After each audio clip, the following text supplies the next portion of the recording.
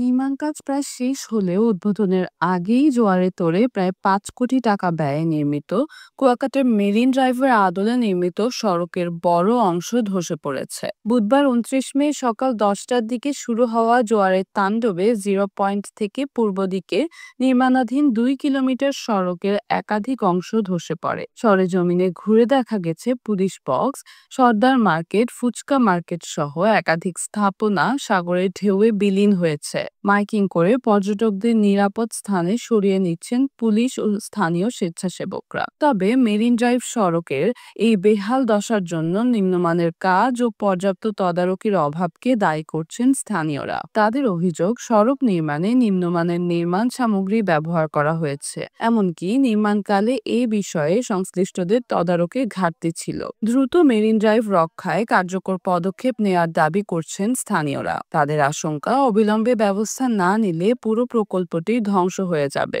পর্যটন সুবিধা ও সৈকতের সৌন্দর্য রক্ষায় ২০২৪ সালে মেরিন ড্রাইভের আদলে এই ২ কিলোমিটার সড়ক নির্মাণের প্রকল্প নেয় কুয়াকাটা পৌরসভা।